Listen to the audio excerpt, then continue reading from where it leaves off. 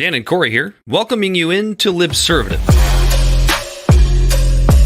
The great fundamental issue now before our people.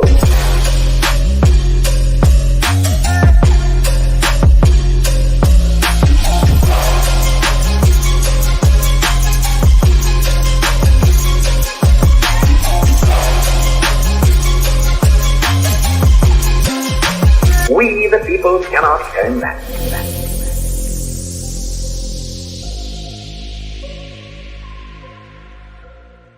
Yeah, welcome in to another rousing rendition of Libservative, intellectual idiots fostering political and cultural literacy. Bell, the Bodysnatcher on the ones and twos. He, as always, is Corey Walsh. He's Dan Griffin. And we got, I feel bad.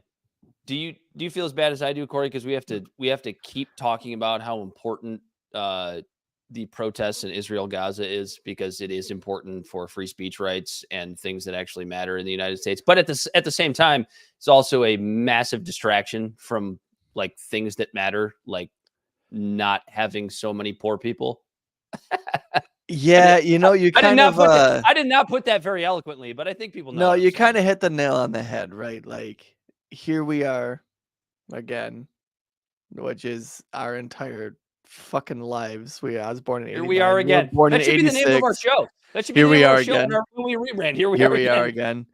No, it's just our entire fucking lives. I was born in 89, 91, first Gulf War, 96, 97 was like the Bosnian, Kosovo, all that shit, the genocides and things like that. Like Ukraine will become a member of NATO. It sounds like I'm diminishing like what was going on over there, and I'm absolutely not. But it's just from the view of us being a country that's separated by thousands of miles of water from the rest of the world. Anytime there's some sort of any sort of civil unrest and stuff like that going on in our country, it seems like, yeah, but look over here, we got to deal with this, and it just seems like that happens. Bullshit. 90, 91, 92. Iraq War, 93, I think was like the first World Trade Center bombing, and then in between all of that is distraction for politics. And then there's the Kosovo shit. And then 2001 really upped the ante. Don't forget about Grenada. What you mean, Grenada? Grenada. When was that? Grenada. I don't know, somewhere in the Clinton administration. It all runs together. Yeah, that's exactly what I'm saying. Like, there's all this foreign, and I don't mean to diminish it by saying foreign shit. Wasn't Grenada? But America just loves to stick our nose in everything so much that it seems like we can never get to to domestic issues. And anytime we get close, there's a threat. No, there's again threat level orange, guys. Like, we gotta hate Muslims this week. We gotta fight them over there, so we don't have to fight them over here. Yep. Yeah, this week we gotta hate Muslims. Next week we gotta hate Russians.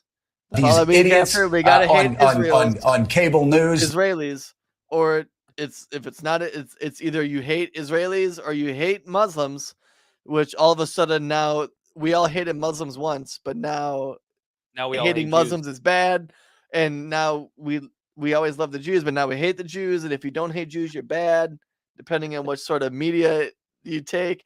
And it's just this constant, I'm literally feel like I am on a plank of wood that is balanced on a medicine ball.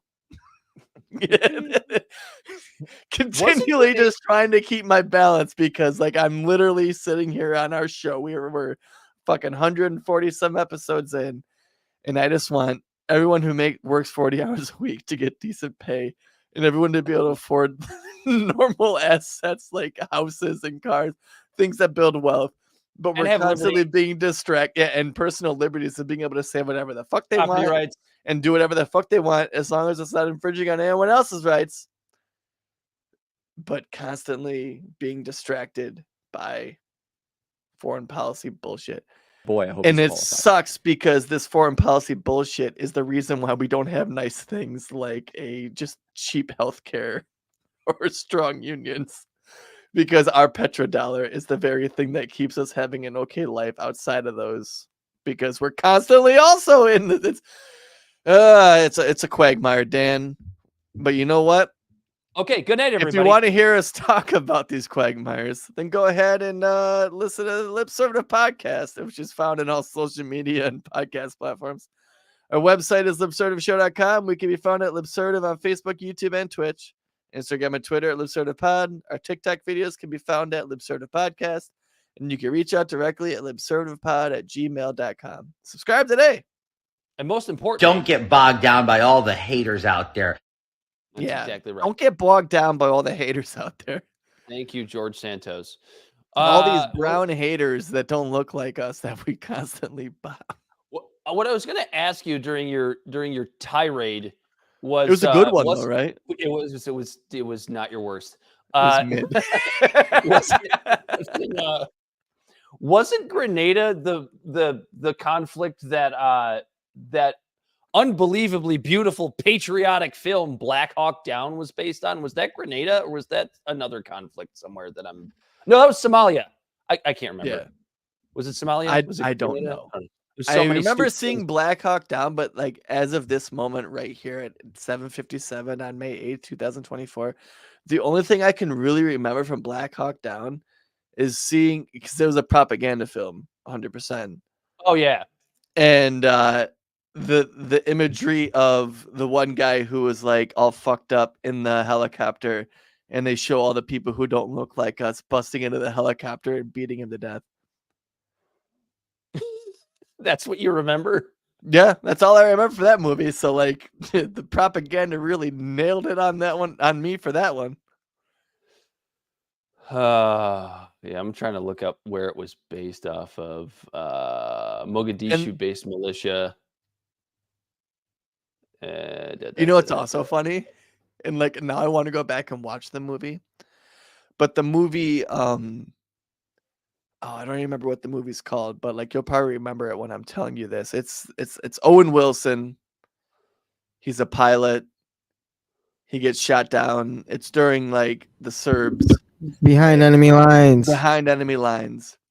I remember seeing that movie when I was younger, but I don't remember it being Owen Wilson. But now I want to watch that one again because of the fact it's fucking Owen Wilson. That when I watch it, I just feel like I'm just gonna picture, oh wow. Yeah, it was Somalia. Mogadishu. That's where Black Hawk Down was based. Was Somalia.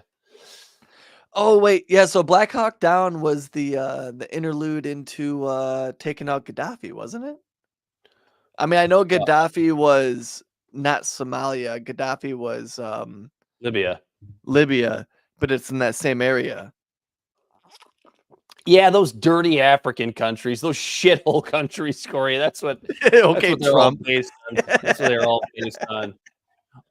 Corey, what do you have for things learned this week? What did you learn this week? Well, I'm sorry, I went off on a tirade. You didn't give the synopsis of the show. We're going to be talking about.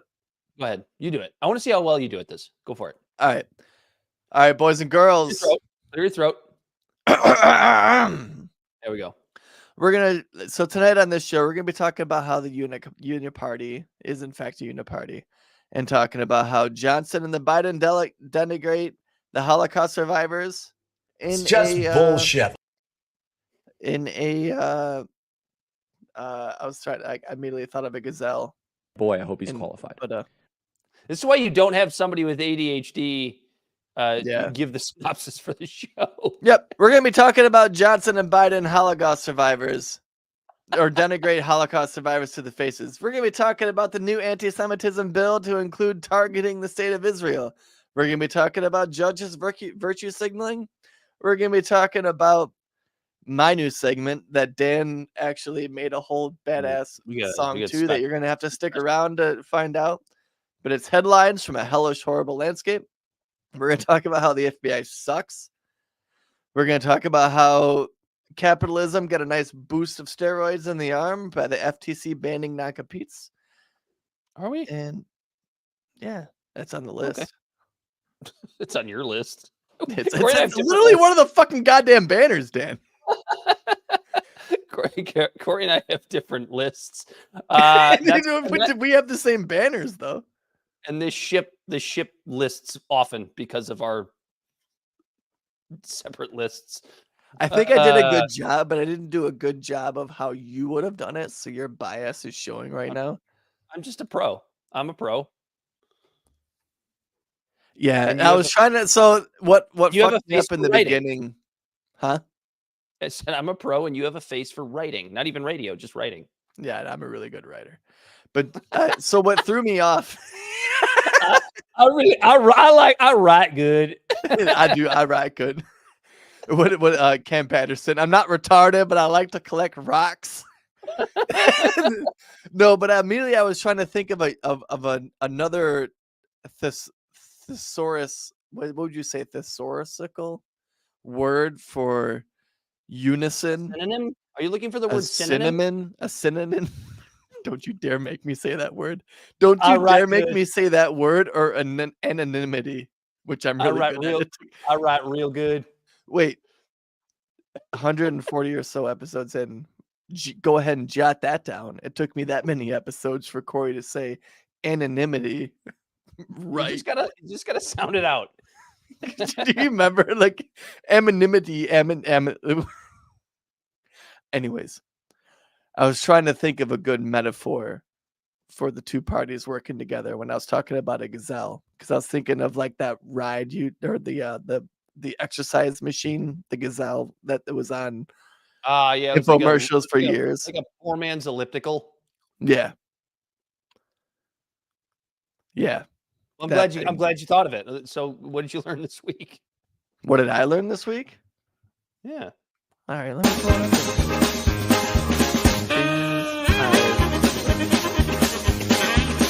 Red light therapy. Okay. Don't you dare, you son of a bitch. You learned about red light therapy? Is that it? Okay. Yeah. So red light therapy. Apparently, they're finding out that that red light therapy can create new cell growth for spinal injuries, and this is a good thing for It's just people bullshit.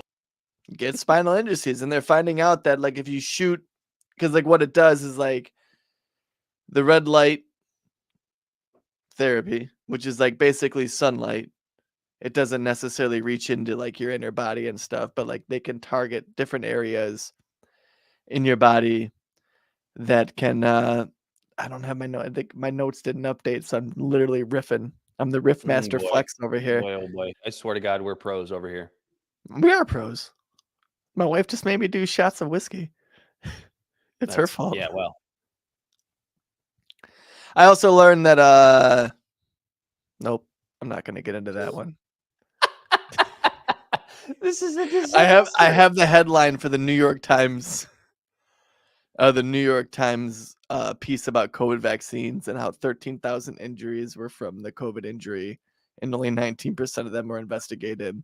And it's interesting to the fact that now the New York Times, even who is like a super like Project Mockingbird or Mockingjay like propagandist media outlet, is now talking about like, oh yeah, the vaccine might actually hurt people. And to even like, it's just slow down. Right. And like, I'm not even an anti-vaccine guy or whatever, but like, it's like, there's all of this stuff coming out that these vaccines may have been rushed. Idiots. And it's weird that they got these weird clauses in creating these vaccines that they can't be held responsible. And it was rushed. Project Warp Speed, Donald Trump doing these things. And now it makes you sound like a conspiracy theorist. New York Times says, hey, COVID vaccine injuries aren't being investigated. So is that, it's a little bit of a tangent to what you just said. Isn't that, because to me, that is the most frustrating thing, or the thing that I feel most frustrated about with like these super, super duper Trump supporters. Like, did they just forget that Donald Trump was in power for the first and worst year of COVID, and he kept Fauci in place, and he supported vaccines, and later later, closer to the end of his presidency, he talked about how, lockdowns maybe were bad, but he supported lockdowns. Okay, so Dan, all right, so what you just said just made me think of this whole tangent of thought, and now I'm actually going to be working this out on the air, right? Oh But boy, the biggest downfall, If I see a this black, should be good, I'm gonna brother. be like, boy, I hope he's qualified. Trump's biggest downfall is being the super populist, right? To the point that if you remember when COVID first came out, he was like, it's basically the flu, just keep things trucking along. And he was things right working. then. And he was right. Then. Yeah, I But mean, well, the he was. polls I and the won't say that. I populism- won't say that because the first strains were a little bit, more deadly, but not nearly as deadly as obviously they were made out to be. But he was closer to being correct at that point than he was as things progressed. But the Correct. polls and everything swayed his influence or swayed his opinion and swayed his thought process to the point where we kind of pinned him down on this show. He just wants to be liked by everyone, but he's a counterpuncher and takes any sort of criticism to heart, to the point where, like, if anyone even goes, yeah, I like Trump, but he's a little bit too orange, he's like, that guy's a piece of shit. His wife hasn't even talked to him in 3 months. He immediately just starts dog That shitting man's on not people. orange enough. He doesn't get a big enough tan. He's got an ugly wife. But she's disgusting.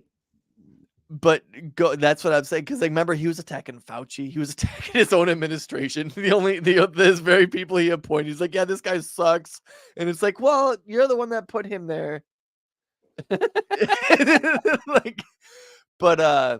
Yeah, it's just going off on that, like, yeah, just the downfall of the populism of Trump, to where I don't feel like he would actually be like any sort of crazy authoritarian, because an authoritarian and populism doesn't jive. Or certainly no more authoritarian than what we have already. Right. Because if all of a sudden he's like, yeah, we're going to ban alcohol because he wants to be an authoritarian, and then everyone, like 70%. No, it's honestly, the guy's so calculated. If it was like 60%, if 60% of the country was like, don't ban alcohol, he's like, never mind, I'm not going to do it. like that's just what he was. But because everyone was people like to drink alcohol. Some people don't like to drink alcohol, but others do like to drink alcohol. So alcohol's good. So what I'm saying is that populism, because everyone was freaked the fuck out by COVID. Yeah, populism died for a minute. No, that's what I'm saying. I don't think it did. Because at first he's like, before the polls and everything and all the data came in, and all the bureaucrats were like, oh, we got to shut the country down. He's like, we're not doing it. All these countries, you're a crazy ass governor. You're a tyrant. You're doing this. But then the polls came in. Why does your Trump sound like Bernie Sanders? I know. They're all from the East Coast. It sounds like a cross between Bernie Sanders and like a Brooklyn or like a Staten Island Italian. Because I'm not good at impersonations. So like all of my Southern accents are just, hell yeah, brother. We're just going to go down there. All of my East Coast is, hey, hell yeah, brother. Don't park your car here. Like that's what everything is. It's just one large swath. I do a broad brush stroke on that one, Dan. But like everybody's from South Boston on the East Coast. Yeah, where else are they from? Everybody on the East Coast is just from South Boston. Because I don't know anywhere. Like, I honed in on one accent and did a piss poor job at it. Don't you dare try to get me to do like two different fucking Eastern accents. Anyways, the populism was his downfall, and not necessarily his downfall. His fans fucking love him. But when the polls started coming out that everyone's freaking the fuck out about COVID, he's like, yeah, I don't want to do it, but everyone else wants it, so we're just going to shut everything down. And ultimately, I guess what I'm saying is same thing I've said on this show probably 100 times. Trump is just a calculated populist. He wanted so badly to be liked in that instance that he was like, well, we're just going to put some UV light down the lungs. It kills the virus like that. Like like the populism came out in him that it was like, we're going to cure it. We're going to fix it. It's going to be gone just like that. It'll be out of here. So, yeah, I guess I see your point. Yeah. But the polls made him sway his opinion. It's just what the polls always do for Trump. He just literally follows the polls, and his opinion is based on those. Yeah, there's some truth to that. Unless it's wokeness, then he goes against that. I promise you that if his core constituents, his core base, all of a sudden was like, "Oh no," and like switch their tone on it, he would too. Well, wait a minute. They have. They have abortion with Israel, 100%, and Israel, and abortion. I would say abortion more than Israel. Well, right now, Israel is kind of top of mind, but anyway, we're going to get into a lot of that as we move on. Because he went from being like the most pro-life president because he is self-titled to saying Roe v. Wade being overturned is bad. I got it overturned. It's the best thing I ever did, and I regret it now. No, he would never say he regrets it. He doesn't regret anything.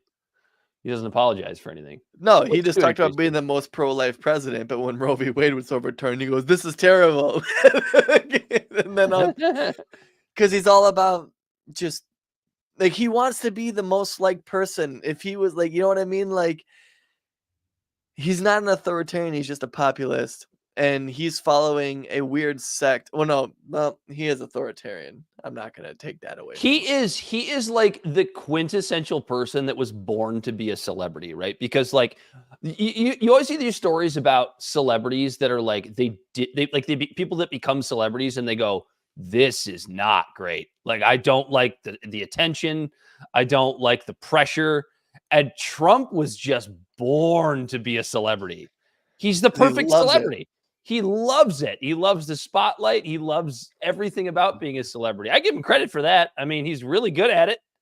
If he's good at one thing, it's being a celebrity. Everyone loved him until everyone's like, oh, fuck. This crazy motherfucker that we all loved is now going to be in charge of the legislation around our life. Anyway, what did I learn this week? I watched, Corey. I didn't finish it yet. I started watching a 3-part documentary series. Real quick, I just want to say that, like, basically, I learned some things. Yeah, that could have been saved. I watched the 2 parts of a 3-part documentary on HBO on Jared the Subway guy. Everybody remembers this guy. He was one of the most popular men in the world forever. Then he got busted for being a pedophile. I don't know, somewhere 10, 12 years. I don't remember when exactly it was, but it was a while ago now. And so I'm watching this documentary, and there is, first of all, if you're going to watch this documentary and you have a sensitive gag reflex, you may want to have a bucket next to you, because there is some seriously graphic telephone calls between Jared and this female reporter, where he's saying some pretty, let's just say some nasty stuff about kids. So this documentary starts kind of giving Jared's background, as you would imagine most documentaries would start. And then they get to this female reporter who was scheduled to do an interview with Jared at, I believe, an elementary school or a middle school somewhere, because Jared's big thing was like getting kids to be healthy or eat healthy, probably a typical trope from a celebrity pedophile. Makes complete sense if you think about it like that. But they're sitting on a couch on a stage in this auditorium, and she claims that Jared leaned into her and said something about something to the effect of, boy, how hot are middle school girls? Like something really gross like that before the interview started. And as any normal human being would do, you hear that and you go, what the fuck did he just say? So she conducts the interview. And I guess she did a really good job considering what he had just said to her. But then she decides to take it upon herself, because she just heard him say this really fucking creepy thing, to try to honey dick him. And she did that because I kind of left this part out. Jared had made it kind of clear to her that he found her attractive. Okay, so they start. She gets his number. They start talking. She starts recording the phone calls and starts trying to make him feel more comfortable to get him to say things about being sexually attracted to children and what his plans are.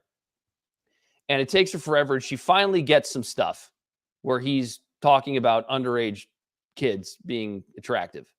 I'm saying it like that to clean it up a bit, because that's not exactly what he said. But so she goes and she takes these phone calls to the FBI.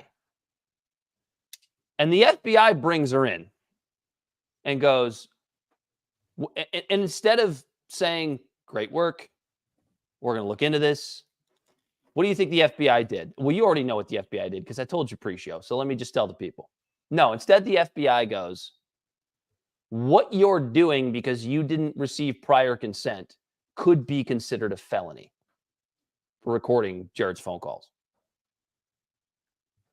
But then they go on to say immediately after that, so here's what we want you to do. Keep doing exactly what you were doing. And then it just kind of glosses off of that. So they went. Go ahead. So real quick, it was up into the butt part, like when they said, like, you're recording his. Like, I want to make it very clear that I'm not defending Jared Fogle. Like, the guy's a fucking pedophile. It's terrible, terrible, terrible. Documented. He's a terrible fucking piece of shit, and I hope that the worst possible experience happens for him in prison. But they're like, yeah, what you're doing is illegal. Like, it's like, okay, well, yep, nope, they're right. But then there's that, but we want you to also keep doing this illegal thing. Because then what they basically did when they did that is they made her an informant. Because once someone becomes, and then we've talked about this on the show multiple times, because creating someone as an informant circumvents the Fourth Amendment, to where the FBI can't barge into your house and look at your shit and take pictures of it and stuff. But if someone is impersonating a friend of yours who's working for the FBI, then it's fine. Right. And so they essentially threatened her first by saying, you broke the law. You're illegal. What we need you to do is to do this, and then maybe we'll help you out.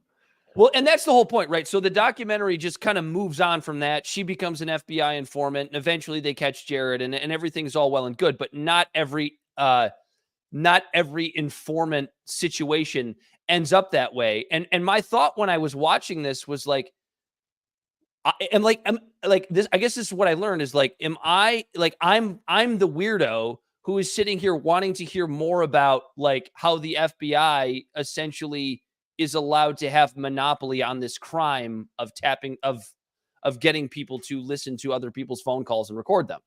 Yeah. Like that's what I heard. And that whole that whole part of the documentary lasted 30 seconds.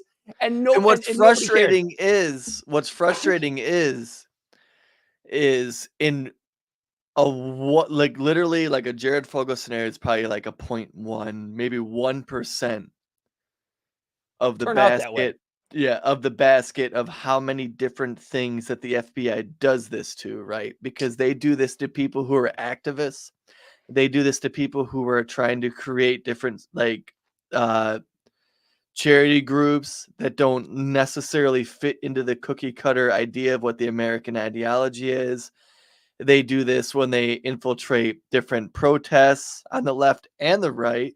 I could literally right here, Mickey Windecker on the left, Ray Epps on the right. I'm not going to go into either or two of what they are, but if you're listening to this episode, go ahead and Google either one of those names. You'll find out real quick. It's this weird catch-all thing they do that like 99% of the time it's just circumventing the Fourth Amendment. But then in the 1% of the time when it's something like Jared Fogle, who really is a piece of shit, to where I don't even know if he actually molested children. He just had child pornography and talked about it. and he got nailed for it. But they'll use this 1% of them circumventing our constitutional rights to justify the other 99%. Well, and then what they did to this woman, where she did what she thought was the right thing, which was try to get a pedophile off the streets, and they go, well, now you're going to work for us because what you did was a crime. Mm-hmm. You know what I mean? It's that monopoly on extortion. It's that monopoly on violence. You went to you went to the Justice Department because you found something that was wrong, and because you didn't do it by the law, and they know the law, they extorted you to that. You have to keep doing this or else. Doing exactly what you were doing. Yeah, it's fucked up. And she's lost. Like the relationship with her kids got fucked up because of it, because now she essentially has to work for the FBI and, to catch Jared. And they did. And that's great because we did get a disgusting pedophile off the street, but who was a celebrity at the same time. We ruined this girl's life for a guy because, now I don't know exactly about Jared Fogle, but did he actually molest children, or was he just soliciting? I believe he did actually molest children, but I do not want to be quoted on that. Okay. I haven't watched the third episode of this documentary, and there's a family in there that Jared ingratiated himself with, as pedophiles often do. So I'm not exactly sure, but I might. So when it comes to pedophiles that are convicted and things like this, it's tough because the Constitution is supposed to protect us for so many rights, but I'm not an infallible person. And I honestly believe that 45 cents for a bullet should just you and I will disagree on that. Oh, someone's caught dead to rights doing this shit? Yeah. Yeah, because it's one of those complicated issues of is it a born thing? Is it a mental illness? Is it a hurt people thing? It's a very complicated, convoluted issue. Okay. But we don't have to get into that tonight. We're already 32 minutes in. We got to get into our topics tonight, Corey. Joe Biden and Speaker Bo Jodin. Mike Johnson and Joe Biden denigrate Holocaust survivors to their faces. Does it make the most sense, Corey, to just go ahead and play the audio here so that audio / video, so that the people can just go ahead and hear exactly what we had to I hear this absolutely vomit-inducing speech from Speaker Johnson. We'll just jump right into that. Yeah, let me hear it for the context. All right, have you heard this yet? No. All right, here we go. You're gonna love it. German universities like those at Strasbourg were at the heart of Renaissance and intellectual life. But it was at those same elite centers of learning where Jewish faculty and students were suddenly expelled, where anti-Jewish courses were introduced, and where professors performed horrific pseudoscience experiments on Jewish people brought from nearby concentration camps. We remember what happened then, and now today, we are witnessing American universities quickly becoming hostile places for Jewish students and faculty. The very campuses which were once the envy of the International Academy have succumbed to an anti-Semitic virus. Students who were known for producing academic papers are now known for stabbing their Jewish peers in the eyes with Palestinian flags. Stop right there. That's a lie. That is a bold-faced lie that has been absolutely debunked. We've seen this story. It's been perpetuated by people like Ben Shapiro and Barry Weiss and other people with unbelievably pro-Israel ties. This is bullshit. This never happened. What he is speaking about is a young woman who was walking through a protest, a pro-Palestinian protest, and a flag brushed her. It may have even hit her in the eye. Maybe the corner of the flag clipped her eye, whatever. And she starts screaming They stabbed me in the eye. They stabbed me in the eye. And you look at the video, and no, she wasn't stabbed in the eye. This has been perpetuated in too many places. This is bullshit. And you have the Speaker of the House at a Holocaust remembrance ceremony comparing protests on college campuses in 2024 to the atrocities of the Holocaust. How do you not see what this man is saying? And as a Jewish American, as somebody who perhaps has grandparents, or if you're old enough, parents, or maybe even people themselves that survived the most unbelievably horrific thing that humankind has had to deal with, certainly in the last 200 years. I'm glad that you said that, because you're going to make these two comparisons in front of these people at a Holocaust remembrance ceremony. I'm sorry, Corey. This makes me fucking livid. This is fucking ridiculous. I'm glad you rounded it up, because you originally were honing in on that whole being stabbed in the eye thing. Because it's a lie. It's a complete lie. It's a fabrication. So I haven't looked into that one or whatever. So I just, she said she was stabbed in the eye. I heard the first allegations of that, and then I heard all of a sudden it was debunked. So I felt like I didn't even need to waste energy to look into it. But me not seeing this video until now, and we're not even done. What I immediately caught wind of was him comparing college students just fucking blocking the entrance into a college to literally taking people based on their genetics, shoving them into a fucking car, like a cargo train, into a boxcar, driving them somewhere, unloading them like cattle, and then putting them into an oven and cooking them. He compared people inconveniencing other people that they couldn't enter a building to people being mass murdered.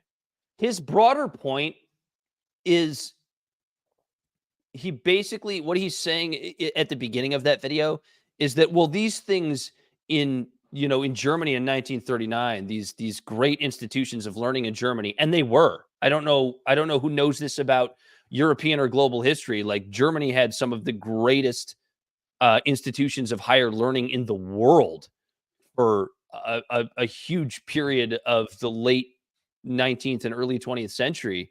Yeah. If you read, it started there too. But like, that's so offensive to sit here and think that because kids on college campuses are protesting the bombing of like what they consider innocent people. And we can go back to the PragerU, we can go back to all the debates and decide, whether or not this is justified. But and I don't think it is. And Corey, I know Corey doesn't, neither does Bell. But whether you think it's justified or not, there are people that don't think it's justified. That is so much different. Like, protesting that is so much different than what we saw on what you would have seen on college campuses at the beginning of the Nazis taking over, just simply blaming Jews for all of Germany's fucking problems and the shallowness that comes with that. And for Speaker Johnson to make that comparison is, I'm sitting here and you can see it on the screen, folks. Holocaust remembrance ceremony. He's talking to a crowd of Jews. They should all stand up and walk out of that fucking place, because that is unbelievably offensive and fucking ridiculous, quite frankly. Go ahead, Corey. Or you call it a room of Jews, or are we calling it a room of people with PTSD, to where they actually agree with him because of the fact that, like, they went through shit so bad that anything that comes even near their bubble that's a threat, they're like, that's 100% of a threat. You know what I mean? Like, is this pandering? Oh, it's definitely pandering. So you understand what I'm saying? It's like, why they didn't all stand up and walk out, like, because they're probably kind of agreeing with them, because they're like, all 90-year-old people, and they're like, yeah, you're right, it did start that way. But like it's not that though. It's a false equivalency. You know, I get what you're saying, and maybe I should calm down, because we have made the comparison, or not the comparison, but we have done this thing on this show where we make fun of, and rightfully so, I think, people that are offended for others, and maybe I just did that and shouldn't have. So as we work this out in real time, I still think that what Speaker Johnson did here. Oh yeah, as no, you said, this is absolute bullshit. Like, and I 100% agree with you on that. Is certainly pandering, and so like I don't want to make it seem like I'm offended for Jews. What I'm saying is, if I were a Jewish person who had family in the Holocaust, thinking about this in a simply a logical way, I would be of the belief that what Speaker Johnson is saying here is offensive and completely bullshit. So I guess what you said there, Corey, kind of made me rethink my position on it. As instead of being offended for Jewish people, how would I receive this if I were a Jewish person sitting in that room? I would not be happy about this. I won't take that part back at all.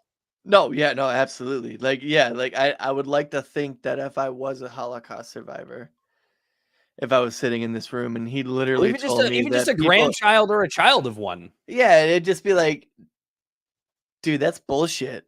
Like I feel like I would like to think that if it was in this same scenario and I was in that room, I could just, in the very least, just shout out bullshit, but who knows? It's different. It's different when you walk a mile in someone else's shoes. It's just bullshit. You're just pissed because your shoes are a mile away now.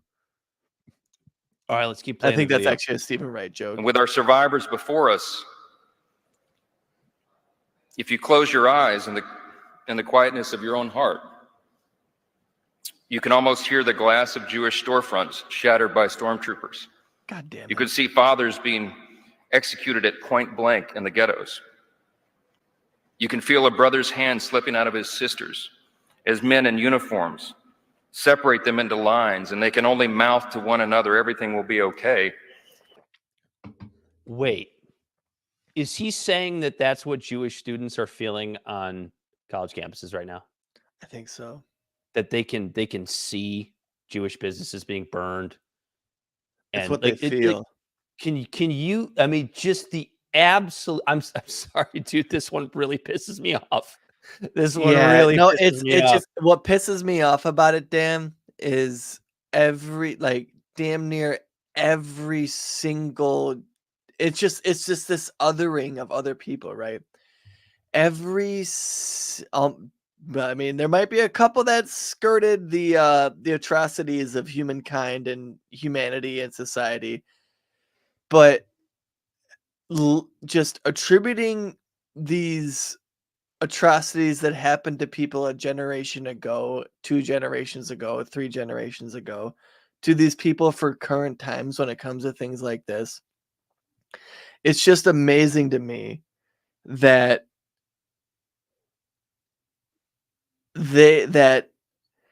it's amazing to me that this one is like the big one, right? That it goes to Noam Chomsky's worthy and unworthy victims, and it goes to just trying to paint narratives, because when Democrats were saying this exact thing about Black people and the Black Lives Matter, and about how police were originally created, and how the idea of police were created for slave catchers, and how all these different things happened, and all these different things led to different legislation that happened throughout our country for different sects of our country.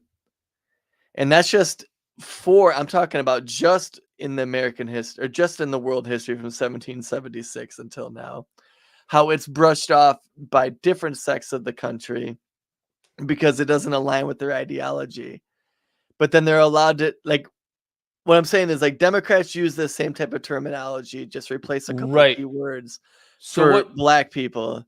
So what you're saying And is it's the use, this it's the very use person brushed that off, but now he's using basically the same verbiage that just a short 50 years ago, 60 years ago, 100 years ago, this mother and this child were ripped from each other and put in chains, and they were just completely just physically just like beaten.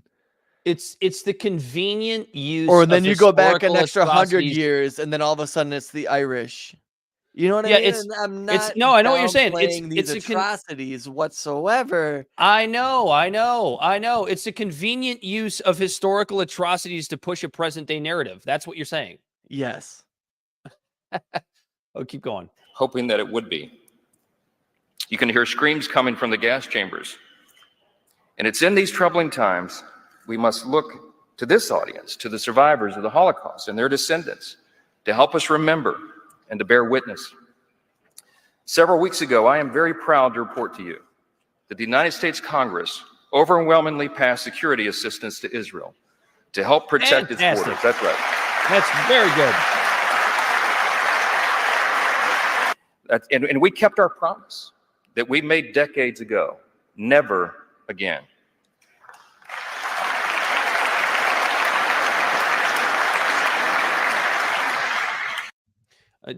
Oh God. It's just really frustrating to me God. that Republicans decided to choose Israeli Holocaust survivors and Democrats decided to use the descendants of slaves as a talking point to drive narratives to where it's just to purposely drive a division into American people, because now America is something that is an anomaly compared to the rest of the world. We take it for granted, but there isn't very many other countries in the world, Dan, to where you and I could go and get shawarma, like just for food, like shawarma and barbecue and German food and Greek food within 45 minutes. You know what I mean? And and when I say 45 minutes, I mean literally go and order the food, get it, drive somewhere else, get it, and then literally have food from all over the entire world on the dinner table at home within an hour. It's like I said and run into all of the people from these fucking cultures. Yeah. You know what I mean? Like, America really is a melting pot. If I walk outside of my house and I will walk for 30 minutes, I will run into probably 20 or 30 different ethnicities from the world. And no other country can say that. And as much of a godsend that is for our country, our politicians constantly use it as a divisive tool. And it's so goddamn frustrating, because what he is saying right here, Mike Johnson, literally reminds me of a Democrat placating to a black community or a Hispanic community. You mean Joe Biden? Yeah. And I'm not downplaying any of these communities. I'm just pointing out the fact that they're literally using these communities as stooges to drive a narrative home. Weaponizing. And I'm not calling the people in these communities dumb. Listen, I'm just saying the words they use, the way they do it, they just know how to play a crowd. And the reality is, as I said last week, I can totally see a Jewish student on campus in front of a mob, listening to them shouting down with Zionism and feeling some semblance of intimidation. Like, I can empathize 100%. with that. I can even sympathize with that. To think that is the same thing as what Jewish people were dealing with at the start of the rise of the Nazis in Germany is utterly fucking ridiculous. And it is a weaponization of tragedy that you're seeing from Mike Johnson, because I want you to go. We have a tragedy is a great way to put it. Yes, and we have a historical tragedy in particular.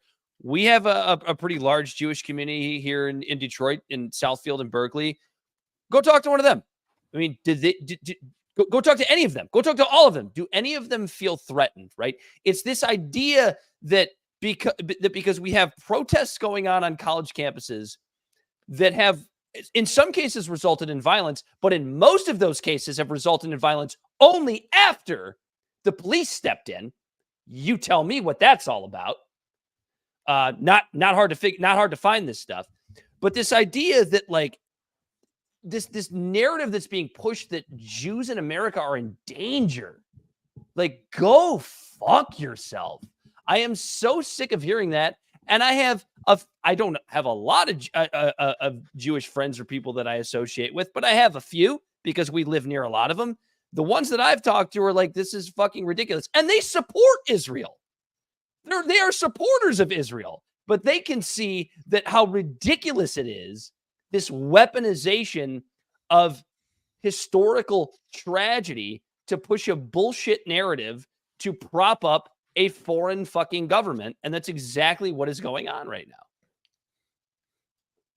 Do you want to see Biden too? We should watch Biden. You want to watch Biden? Let's watch Biden. Let's go ahead and watch Biden. Hang on, I guess I better share the screen first. That would probably be helpful. There we go. You're basically about to hear the president of the United States say the exact same thing as that picture. I love that. The still frame of that. 1933, Hitler and his Nazi party rise to power by rekindling one of the world's oldest forms of prejudice and hate, anti-Semitism. His rule didn't begin with mass murder. It started slowly across economic, political, social, and cultural life. Propaganda demonizing Jews, boycotts of Jewish businesses, synagogues defaced with swastikas. So I guess here's where I'll stop it here. Tell me where anything that he has just said is happening anywhere in the United States right now. Well, Dan, these college students want their universities to stop sending money to the Israel state. You don't think students at New College of New York, when this is all over, are going to walk down to the fucking corner street and get a bagel and a schmear? Those aren't the same, Dan. I mean, get the fuck out of here with the boycotting of Jewish businesses. This is not happening. None of this is actually happening. I know. I'm just... Harassment of Jews in the street and in the schools, anti-Semitic demonstrations, pogroms, organized riots. With the indifference of the world, Hitler knew he could expand his reign of terror. Now, here we are. Here we are. Not 75 years later, but just 7.5 months later. Here we are, Corey. It's exactly the same as it was back then. Here we are.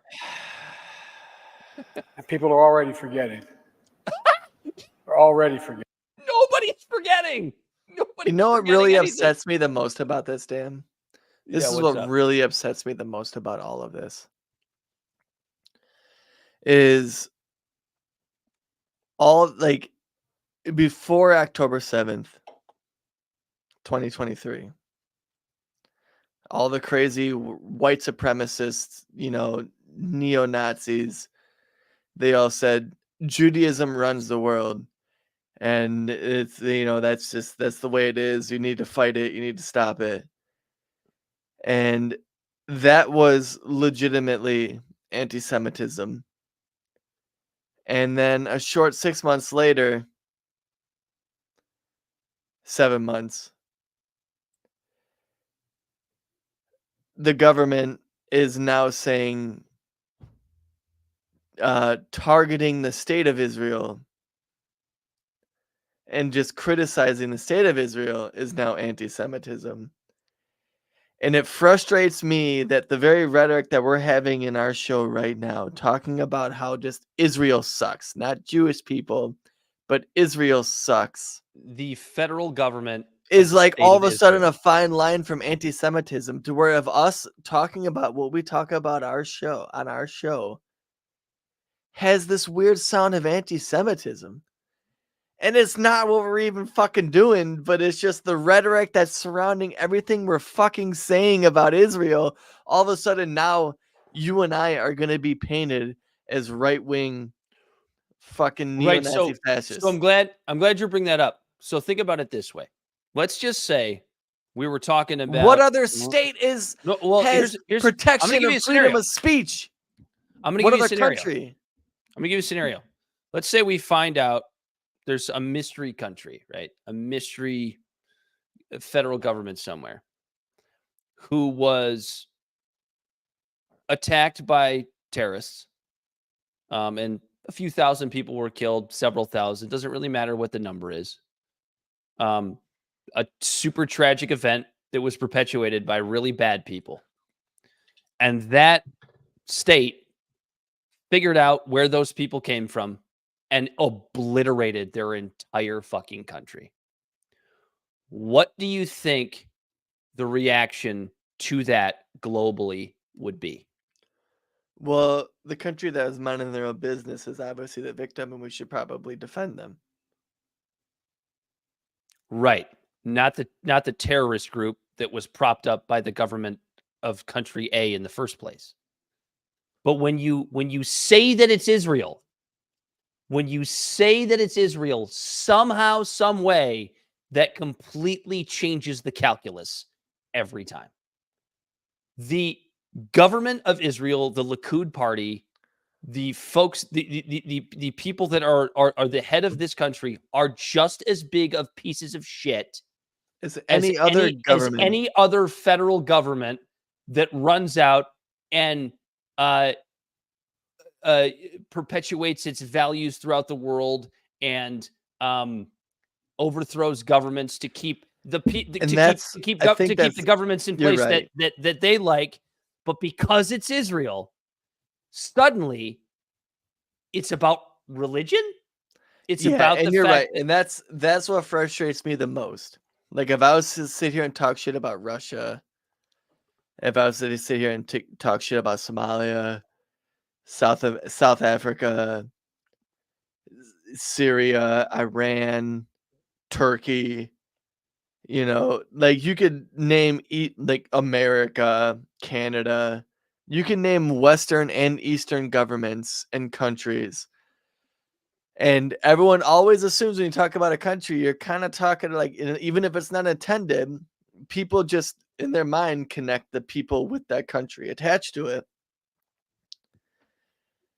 And I can sit here and talk shit about any other country in the world. And I think that's what frustrates me. And that's what I was kind of getting at earlier. I could talk a shit about any country in this world.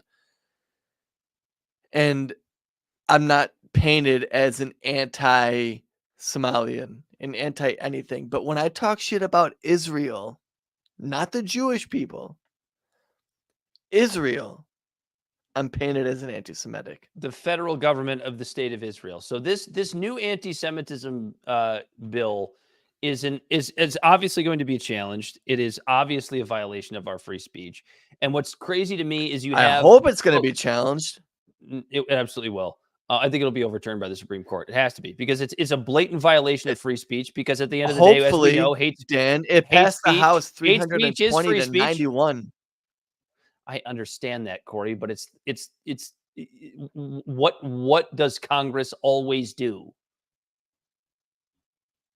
Just panders. It's just another establishment pandering piece of nonsense. And I honestly kind of have faith in, again, I'm not a conservative, but in weird ways, I've always had faith in this conservative Supreme Court. They've done lots of good things that I did not expect them to do. Essentially holding up the Constitution, and I fully expect them to do that here, because this is an issue of you heard the same people that are saying things like, we're not going to put up with anti-Semitism and hate speech. These are the same people that 2 years ago were saying things like, well, what is hate speech? How do you define hate speech? And also, hate speech is free speech. So What is it? Yes, you are allowed to say that you hate Jews in this country. Like, that is a thing you are allowed to say. Is it repugnant? Yes. Is it awful? Yes. Is somebody saying that somebody that I would want to associate myself with? Absolutely not. However, you have the right to say it. And you should have the right to say it. You got something for me, Corey? Yes. Fuck the libraries. Yeah, libraries are difficult.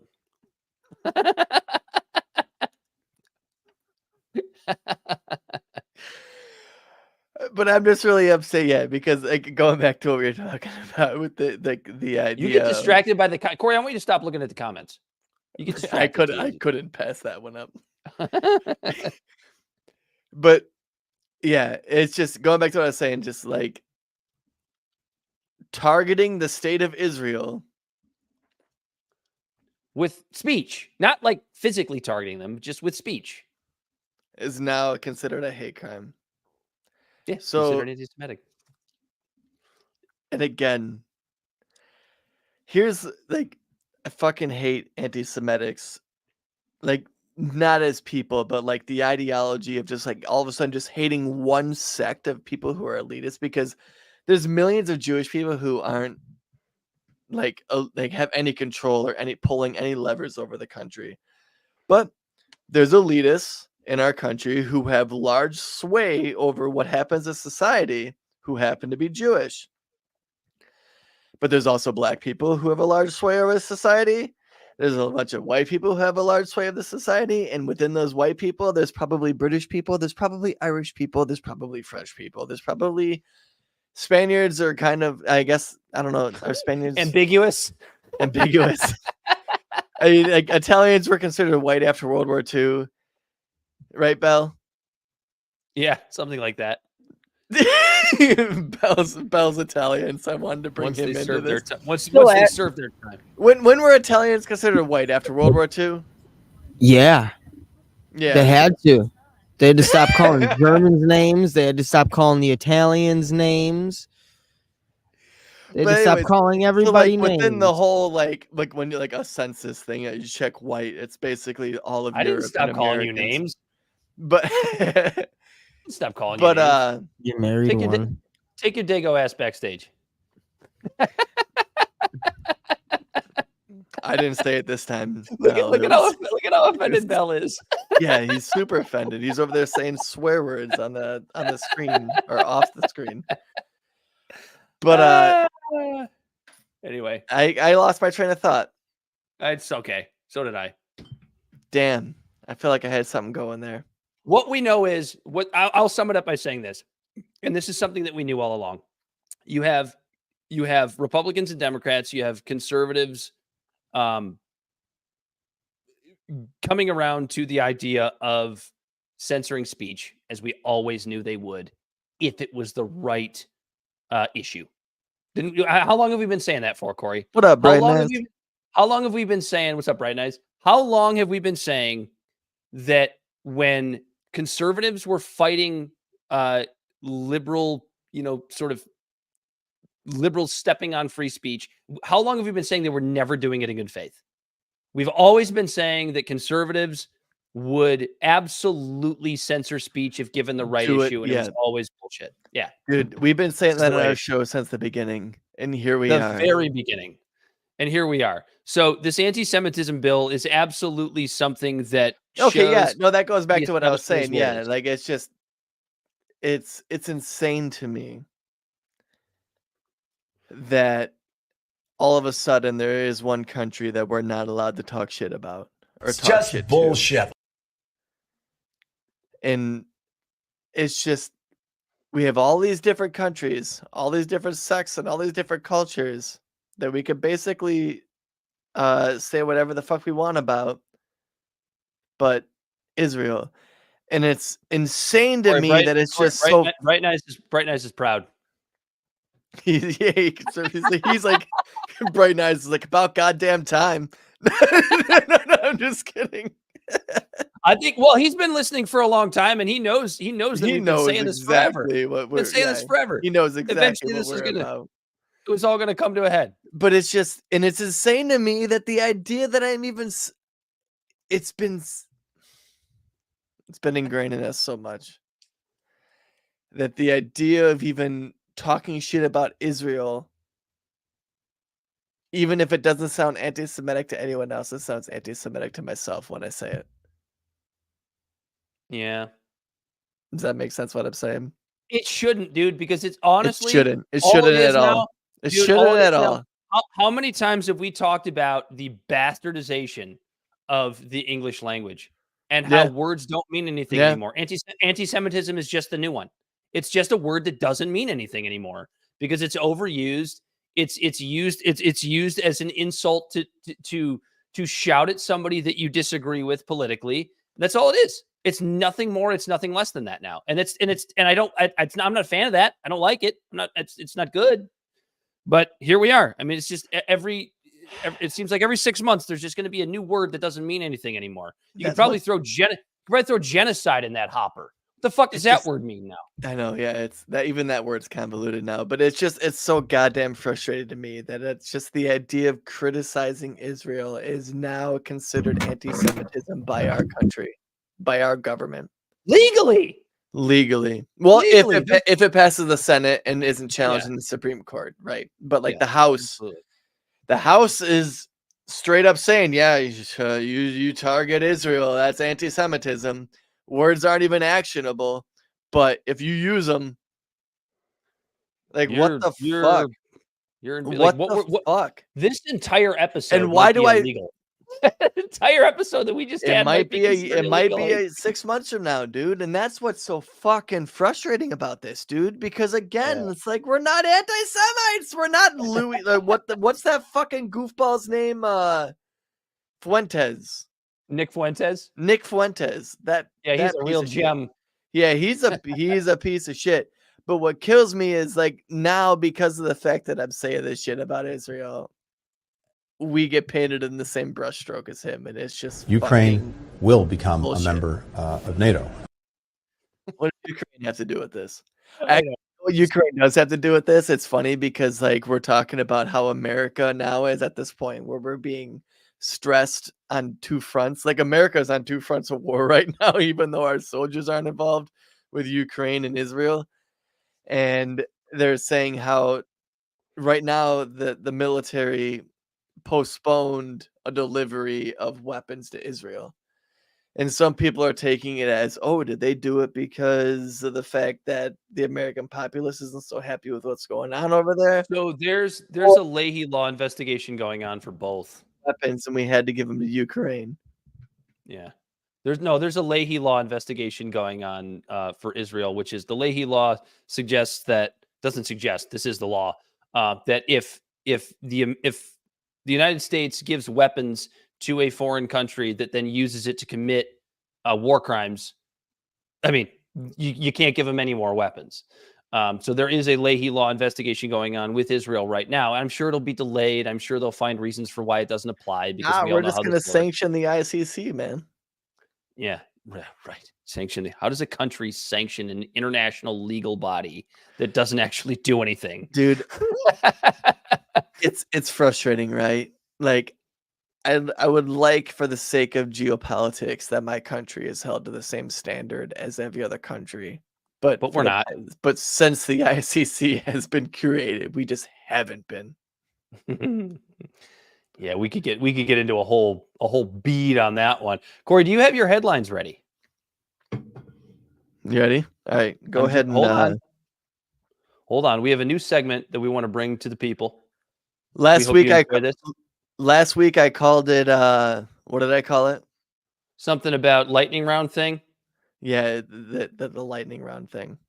This is for all the stuff because Corey, as we said, he gets a little bit ADHD. Sometimes he comes up with way more topics than we need. So we feel like all my topics are always the opposite of Dan's.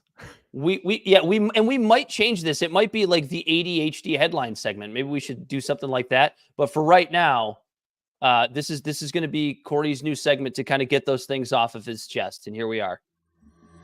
It's time for headlines from a hellish, horrible hellscape.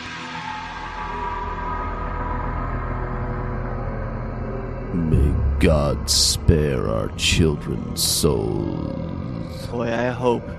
The end is nigh.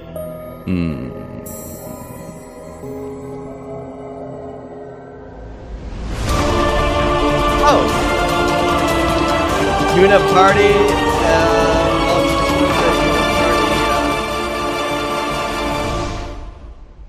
I had to wait for that, huh? All right, so yeah, they wait for that. Uniparty gonna uniparty, and we always talk about on our show how the Democrats and Republicans are are two wings of the same bird. Right now, we're finding out that the Democrats are going to, in fact, save Mike Johnson when Marjorie Taylor Greene and the right-wing fringe of the Republican Party decides to oust him as the speaker in their Act 2 of trying to complete that for the second time. Hakeem Jeffries and the Democratic Party say they're going to save Mike Johnson and keep his speakership because, when it's two wings of the same bird, they're super happy that we're sending a bunch of money over to the other countries. What's so funny about that is it's just like, again, both parties saying the quiet part out loud. Why wouldn't the Democrats and Hakeem Jeffries save Mike Johnson? He's given them everything they've wanted since he's gotten the position. Even from a political perspective, it just makes sense for Hakeem Jeffries and the Democratic Party to save Mike Johnson's speakership. Next I have on the list is the weed reclassification. Ooh. Which I actually called about a year ago. No, actually probably 2 years ago. You remember me saying about 2 years ago on this show that Biden would save reclassifying weed as a less of a strenuous or less of a consequential action for actually holding it or possessing it to help secure the 2024 election. Do you remember me saying that like 2 years ago? Yeah, it makes complete sense. Well, the Biden administration is taking steps to reclassify marijuana, which could have significant implications. The current classification is cannabis is classified under the Controlled Substance Act as a Schedule I substance. This means it is considered to have Schedule 3 now? Yep, it is considered to have no accepted medical use and a high potential for abuse. It is the same category as drugs like heroin and LSD. Which definitely also have medical uses. Both of them do. Yeah. Well, yep. But that's a whole nother. Heroin, morphine, opioids, same thing.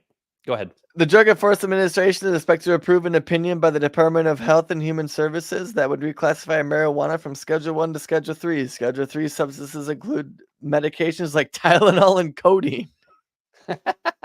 We're literally going to take marijuana off the list of heroin and all these seriously scary drugs, according to DARE, and make it on the same level as Tylenol.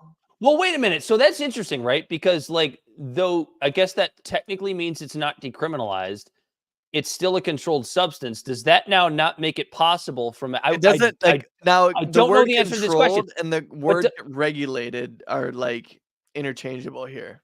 Right. So here's what I'm asking, right? So obviously what's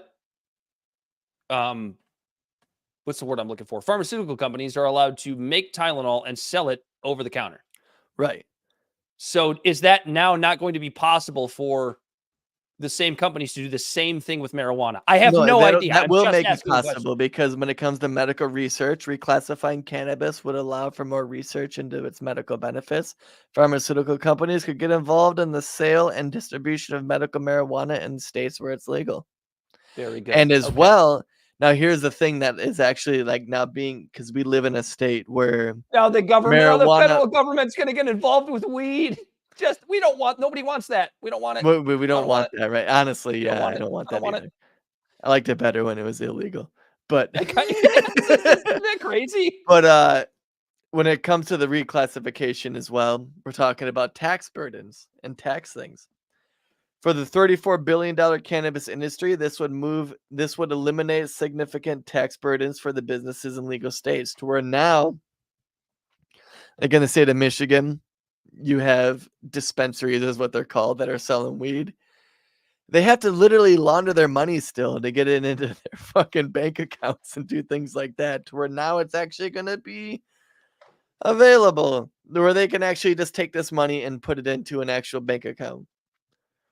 I just found this one really interesting because it's just, here we are 6 months away from election, and Biden is scrambling to make all the moves he can to get the young voters. Good Next luck. on the list is the Nassar settlement. So we talked about this a little bit earlier of how shitty the FBI is. But the FBI itself, for being so shitty, is actually costing everyone money.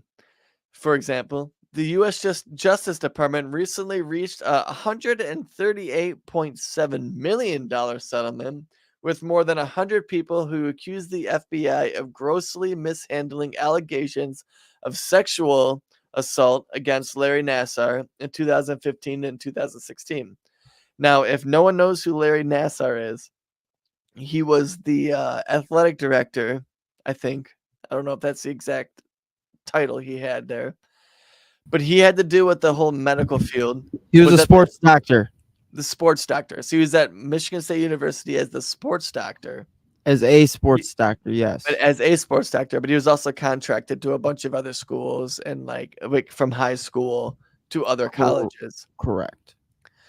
And 100 people in 2015, 2016 reached out to the FBI and said, this guy is literally diddling our shit and molesting children.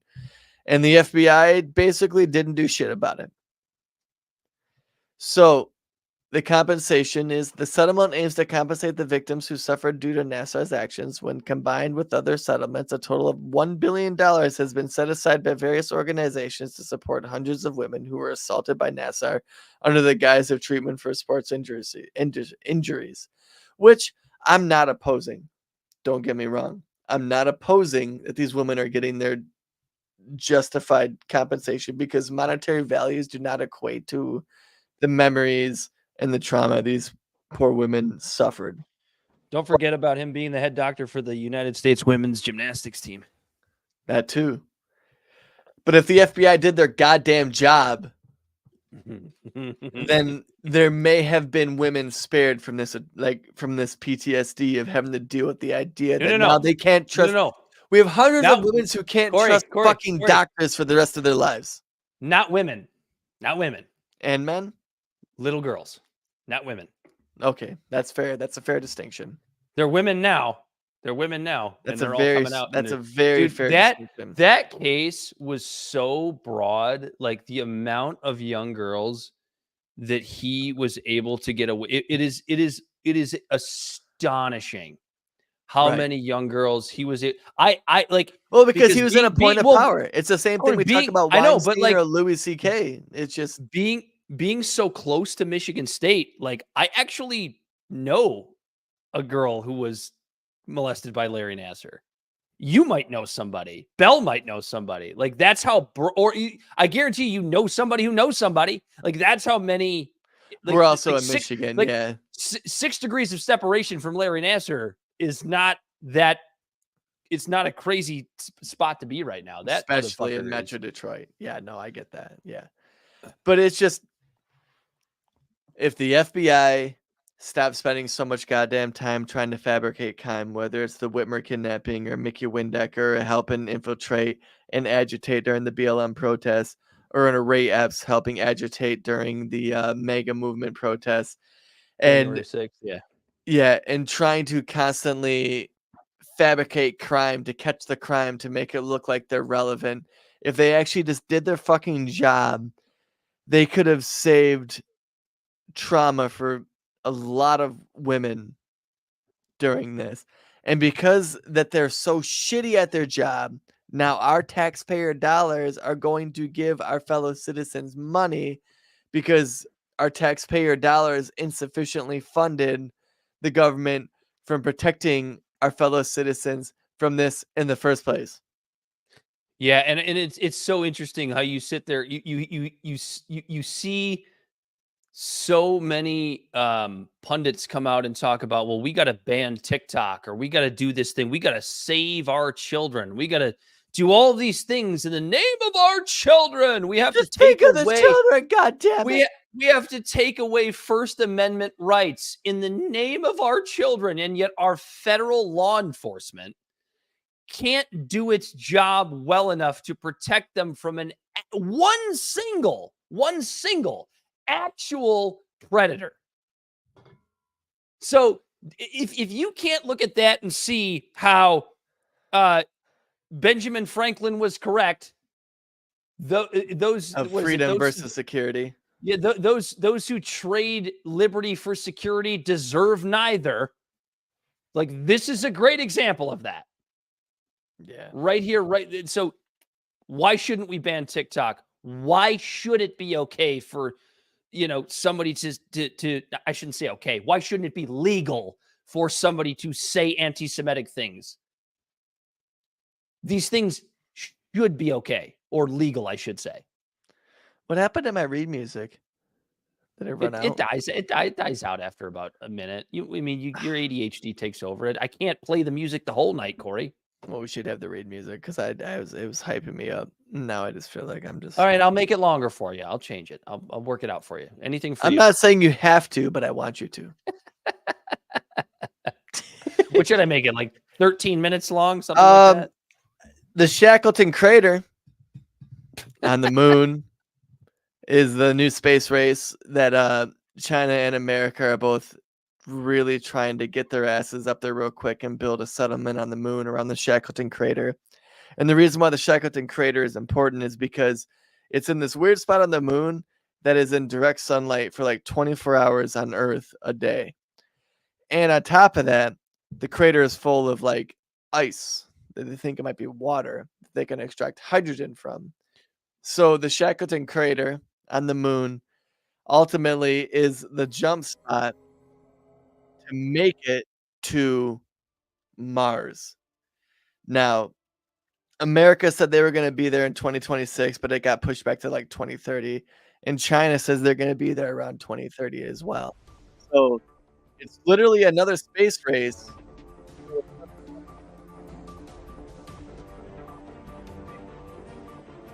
The interesting thing to keep an eye on. China's aerosols and the crazy climate change issue that we're dealing with in America is what a recent study found out is trying to clean up the air we breathe might affect the climate, because companies in China, Europe, and America in the early 90s realized that aerosol sprays were affecting our ozone layer and the environment. Well, so they stopped allegedly. They stopped doing that. And when we removed all these aerosols from the airspace, the temperatures on average have gone up 0.1 to 0.2 degrees Celsius in America, Europe, and China, to where these aerosols that we thought were burning holes in the ozone were actually refracting light and heat from our environment. In other words, dirty air cools the planet. Cools the planet and fucks your lungs up, Dan, because we just keep... It's like... I'm trying to think of a good metaphor. To where, like, you figure, like, a dam is breaking, so you put your hole in the first hole that it's leaking, so then another hole leaks, so you take the gum in your mouth and you put the hole there, but then it builds up pressure on a fracture, and that starts leaking, so you try to put tape on that, and then that starts leaking, then it's leaking on here, so you try to just spray some of that seal and crack foam in it, and then that starts leaking, and then you're literally just sitting here just trying to plug these holes. Because guess what?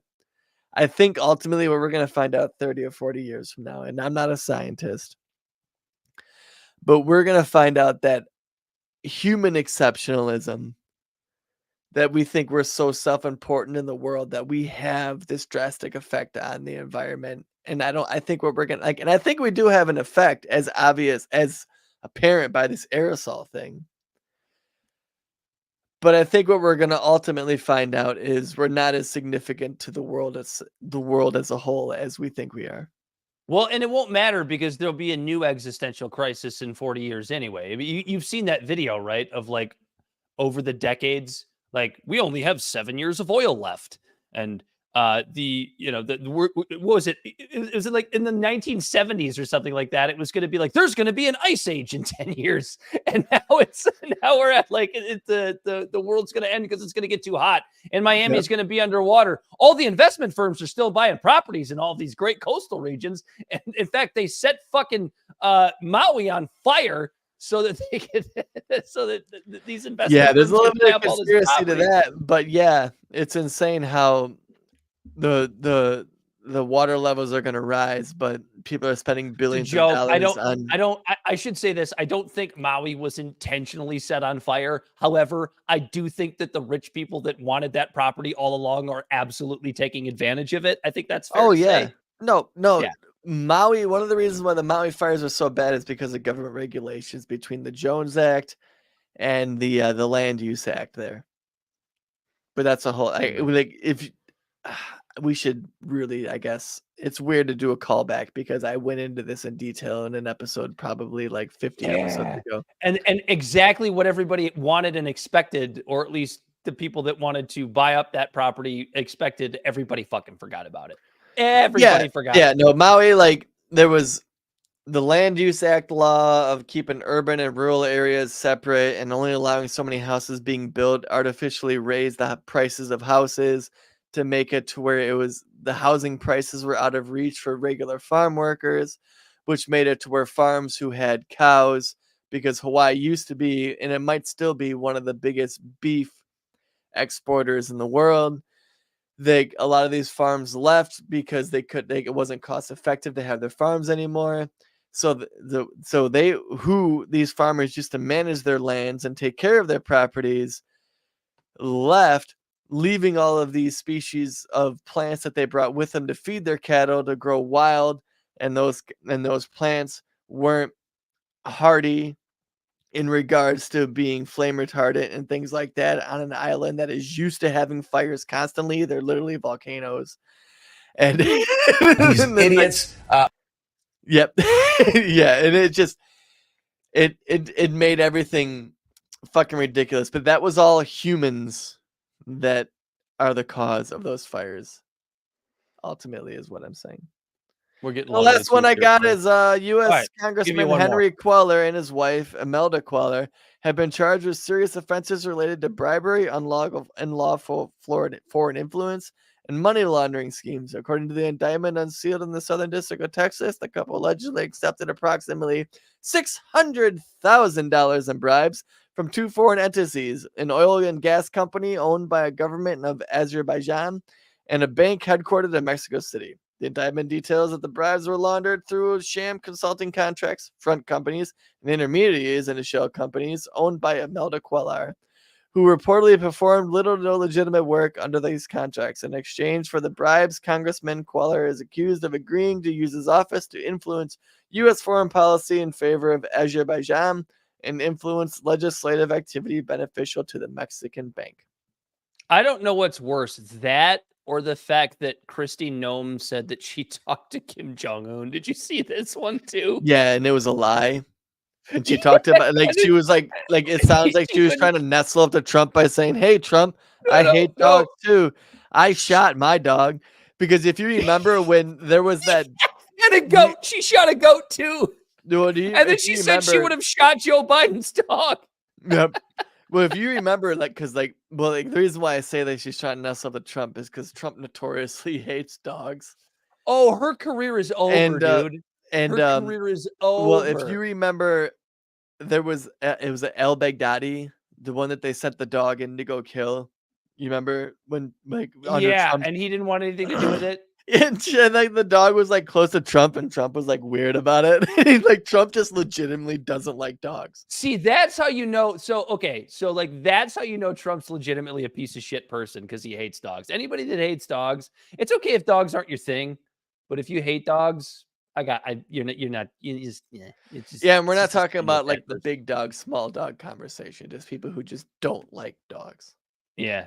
No, so Christy Nome apparently wrote a book that obviously now at this point has a ghostwriter credit on it, or at least it had better, because in it she says that she talked to Kim Jong-un, and then I don't remember who she was being interviewed by, but they pointed it out for her being a lie, for it being a lie, pointed it out to her that she lied in the book, and she goes, "Well, I've talked to many global leaders, and I'm not going to get into that." And then the reporter goes, "So you're going to admit that you didn't talk to Kim Jong-un?" And there's just an awkward silence. And she just goes, "Well, I've talked to many world leaders." Yep. And then there's the whole shooting Biden's dog thing and killing the goat. Like her political career is toast after she is done as the governor of South Dakota. Pretty lady, by the way. Not a bad looking woman at all. Hey, Bell, real quick, can you look up if Henry Cuellar is Republican or Democrat? Cuellar. Because what I find it matters about they're this, both the same thing. It doesn't necessarily matter, but I just was curious because Henry Cuellar is out there adamantly defending him and his wife. He's a Republican. He's a Republican from the Texas 28th district. Okay, or no, so now we have a Democrat. Sorry, he's a Democrat from the Texas 28th district. Another Democrat that's using his position of power to gain. My bad. To have monetary gains. But at least this guy has enough balls to say him and his wife are both innocent versus Bob Menendez, who's blaming it all on his wife. All his wife. Yeah, that's so good. What a piece of shit.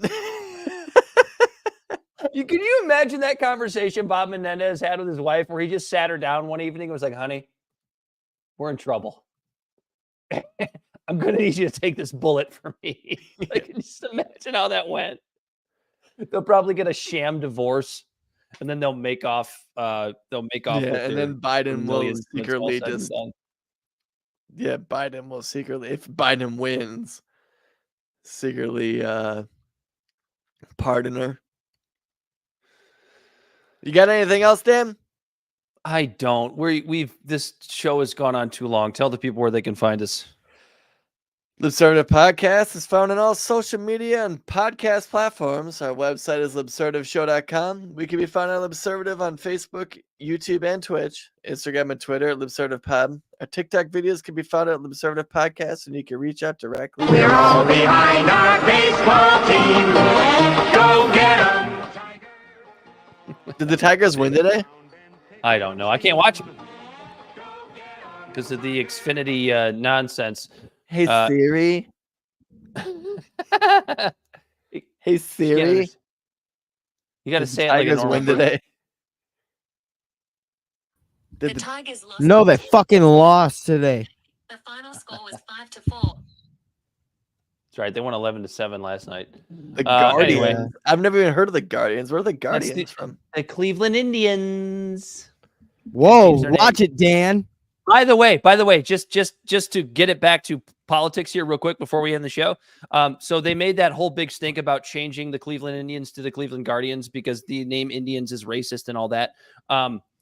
By the way, Chief Wahoo, their old logo was kind of racist. It was kind of this cartoonish version of a Native American. Yeah, I wasn't really upset about them getting rid of Chief Wahoo, but so they changed the name, the Cleveland Indians, to the Cleveland Guardians, but there's still a AAA team in Indianapolis called the Indianapolis Indians that nobody seems to give a shit that they exist. So that's fun because no one knows who they are. You know what pisses me off the most about this is granted, they are not necessarily politically correct terms that we're talking about when it comes to Native Americans, but there's a protest there's a petition to bring back the Washington Redskins name. Right. There's the Washington Redskins, the Cleveland Indians. I get that, that might be a little offensive, but then make it the Cleveland natives or the Washington natives, or make it something that at least still has connections to the Native American community that was there in the first place, because instead it's cookie cutter like Guardians and Commanders. Yeah, the Washington. Honestly, The Washington White Boys. I honestly like. That'll offend less people than the Washington Redskins. When they first changed Detroit the Redskins, Dagos, Dan. There you go. Yeah, the Detroit Dagos. The Detroit McDagos. Yeah, because they were like, I love it. When they changed from the Washington Redskins to, I liked it when they were just called the Washington Football Team. I honestly thought that was the best name. Makes it sound like a European soccer club. I kind of dug it. Anyway, did you tell the people where they can find us? You did not do that yet. I just literally did that. You fuck. Oh, you did that. Okay. I'm sorry. I was not paying attention. I was looking at Christy Gnome's. I was looking at Christy Gnome's cans. Okay. You never listen. You never listen to me, Dan. Never listen to me. We're going to talk about this later. Partnership is just not working. Anyway, Bell the Bodysnatcher on the ones and twos. He, as always, has been Corey Walsh. He's Dan Griffin. You just don't listen. This has been Libservative. Intellectually, it's fostering political and cultural literacy. And until next time, we are out of here.